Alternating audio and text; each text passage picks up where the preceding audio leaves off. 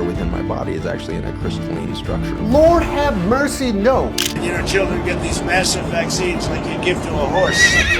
You're going to give a kid for a sexually transmitted disease a vaccine when they're a baby? We do not pass disease from generation to generation. There's so much medical misinformation, and today we're going to be reacting to it, so I hope you enjoy and learn some things. Let's get it started. You will die a slow, painful death. Oh my God, okay, you got our attention. Through getting blood work done consistently, constantly. Drawing blood isn't going to hurt you because it's tiny compared to your total blood volume, and your body replaces it in a day or two. That's what will happen if you're chronically sick. Actually, if you're chronically sick, getting regular blood tests is super essential. They'll show how your condition is changing, how your medications are working. Otherwise, your doctor would just be guessing. It's like driving at night without your headlights on. You can't make that right turn if you can't see what's happening. That's what will happen if you're chronically sick. Just fact, just period. Every time I say something like that, people go, oh, he doesn't know what he's talking about. Well, that's because making a claim and not backing it up with any evidence is hard to believe. Many would say it's unscientific because science is built on evidence we can usually replicate, not anecdotes that probably have other explanations. Whatever got you sick, it's going to get worse the more blood that gets taken. Wrong. So you got to take control of your life. You got to be empowered, and you got to say, absolutely. This is bullshit. Never mind. Never mind. Blood work is not bull. But he's right, you should stick up for yourself, and the best way to do that is to be educated about your problem so you can ask questions and advocate for your own health. My body is 70% water, and not a single ounce of that is in this form. Actually, every single ounce is in that liquid form. If I drink this water, it's going to feel good. It's going to feel like I'm hydrating myself. No, it doesn't feel like you're hydrating yourself. You are hydrating yourself. Please don't say but, please. For a few minutes, but I'm going to pee this out in the next 45 minutes. Oh my God, that's not true. When you drink water, your body doesn't dump it straight out. It depends on what your body needs. Like if you're dehydrated, you're probably not going to pee much out. You only pee the excess water. The rest is absorbed and distributed throughout your whole body. The vast majority of the water within my body is actually in a crystalline structure. Lord have mercy, no. If the water in your body was crystalline, it'd be frozen solid and you'd be dead. Life actually started with water because it can dissolve molecules, letting them float around and bump into each other. That's how chemical reactions happen, and everything that we are is a chemical reaction. Chemistry needs water or a solvent. Cool stuff.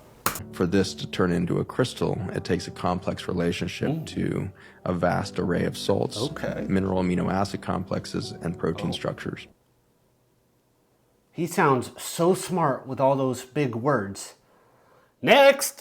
You're going to give a kid for a sexually transmitted disease a vaccine when they're a baby? A one-day-old baby. That's crazy. Yeah, we give babies the Hepatitis B vaccine right after birth. Sexually transmitted doesn't mean transmitted exclusively through sex. Hep B can spread through the blood, infected tools, even contact with somebody who's infected, like mom who can pass it to her baby without even knowing she's been infected. So vaccinating as soon as possible is the safest way to protect the baby. And also, is their immune system even working right? I mean, will it even accept this and turn it into an antibody? Yes, a baby's immune system definitely works. If it gets infected by the real Hep B virus, it'll build those antibodies, but they won't be the right type, so the immune response is weak. Instead of clearing the virus, the baby's body agrees to a sort of truce. It lets the virus live inside the liver cells and says, hey, as long as you stay there and don't bother me or the rest of the body, we're good. But the problem is, in the next 20 to 40 years, that quiet infection is gonna slowly destroy the liver, so the baby, or now adult, dies an early death.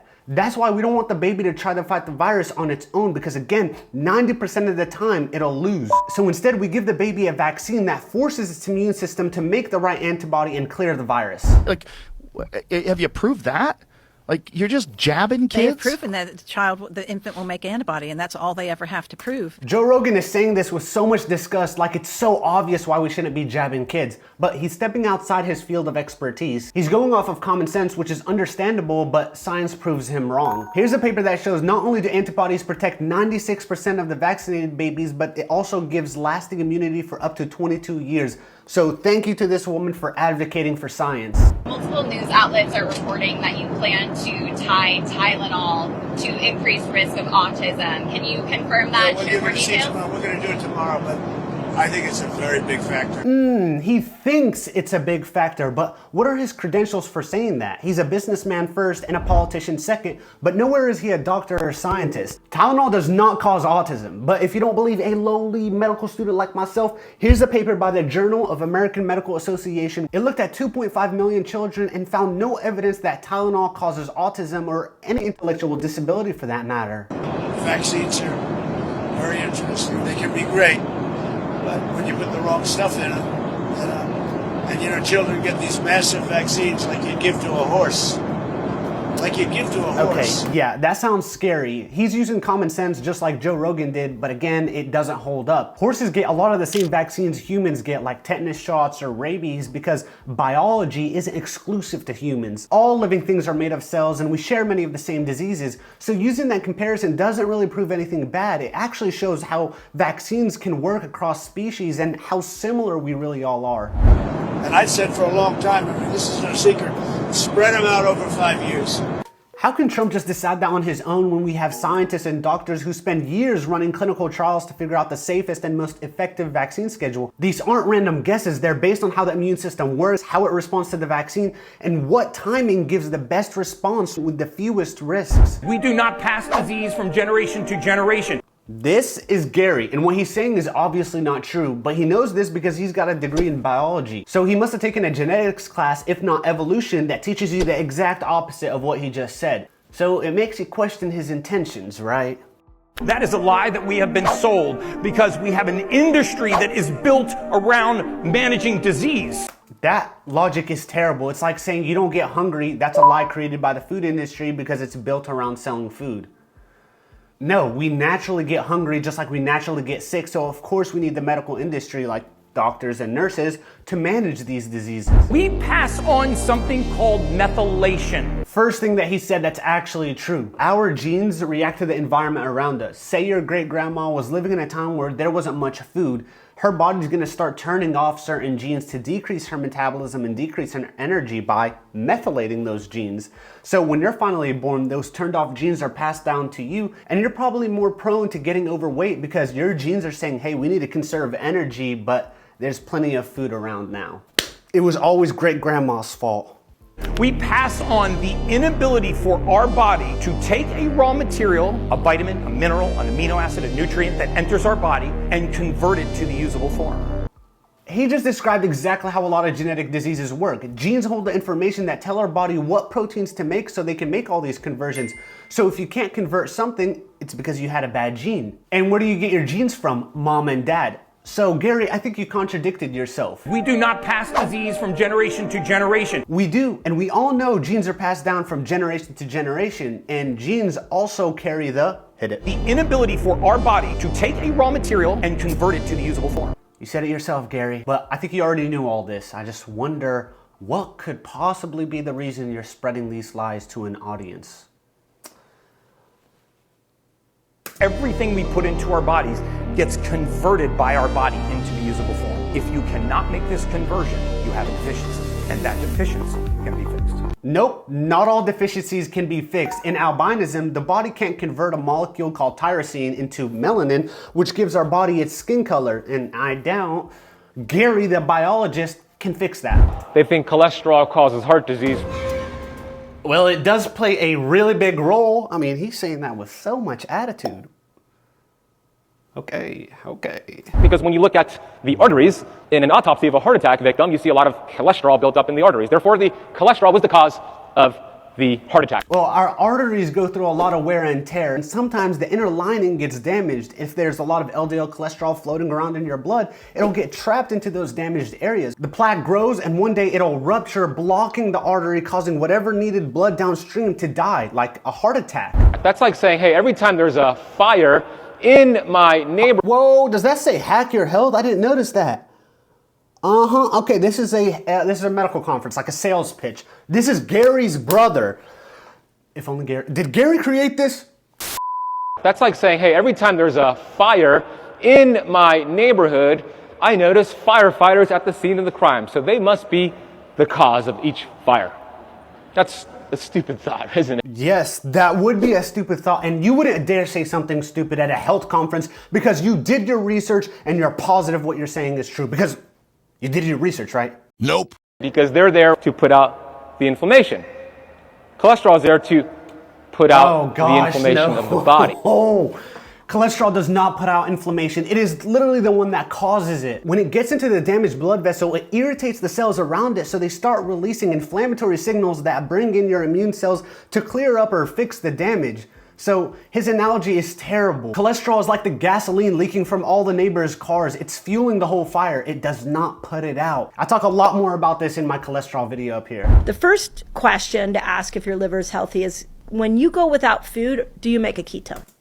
She has no idea what she's talking about. A ketone is a backup fuel source your body uses when it's running low on sugar. And it's true that the liver makes ketones, but that's not how we measure liver health. Instead, we look at liver enzymes, and if they're elevated, we know the liver cells might be dying and spilling them out. You could be a full-blown alcoholic with a damaged liver, and you could still make a ketone. We've had people that are like 20 hours in, 36 hours in, 48 hours in. They're like, I'm still not making a ketone. Oh yeah? They're telling you that? How do they know when they made a ketone if it's smaller than a carbon dioxide molecule? I always cringe at how these people can tell these stories with so much emotion. 36 hours in, 48 hours in. And it never even happened. Oh, wait, oh, I felt a carbon dioxide molecule. Maybe she was right. Psych! She's making it sound like it's crazy to not be making ketones at 48 hours, but that's probably the earliest your body would ever start making ketones. Let me explain how this all actually works. When you don't eat for a while, your body's blood glucose or sugar gets really low. So your liver starts breaking down fat and creating ketones as an alternative fuel source for your body, but it doesn't do that immediately, and definitely not before 48 hours, because your body doesn't want to use ketones, it prefers glucose. So instead, the liver actually starts releasing glucose it had stored. After a day, that gets depleted and your liver starts making new glucose from your muscles breaking down. But don't worry, you won't lose all your gains, because by the second day, your body switches to breaking down fat and your liver converts those into ketones. Yeah, I don't think she knew any of that, and I looked her up to see that she's a health expert. Dr. Mindy Peltz! The renowned health expert is back. So I Googled her credentials and saw that she's a chiropractor. And then there's other people that like can drink the whole bar and they seem like they're completely normal compared to when they walked in. So that's liver function. Like, how quickly is that liver metabolizing that alcohol? That's a really important function of the liver, but that's not right. How fast somebody metabolizes alcohol tells us about their tolerance. Their liver enzymes are getting better at breaking down the alcohol, but the liver does a whole lot of other functions, and those can be damaged. So real liver function looks at things like how well can the liver make certain essential proteins. That's why doctors get blood work. Which one is healthy, sorry? I actually think metabolizing it quickly is better than... You think metabolizing it quicker is healthy? Well, you thought wrong. Let the real expert explain. I'm totally kidding. I'm just a medical student, definitely not an expert. But here's the facts. Your body breaks down alcohol into acetaldehyde, which is really toxic. It's really damaging to your body. It then converts into acetate, which is harmless. So when your liver metabolizes faster, it actually creates a lot more of the acetaldehyde building up quicker, so it causes more damage, not less. That's a doctor right there. Of chiropractor. Or whatever. All right, thank you for making it to the end of the video. Here's a playlist of all my medical reactions. Here's the next video you should watch, and subscribe right on my face, probably. Last video, I was talking about my last video, and it was like, I didn't do as hot, but I poured a lot of effort into it. I thought it was one of my best. My storytelling got better, but it didn't do good views. And I knew I just gotta keep going. And then my latest video hit my highest views on the channel right now. So really happy about that. Thank you, Yusuf.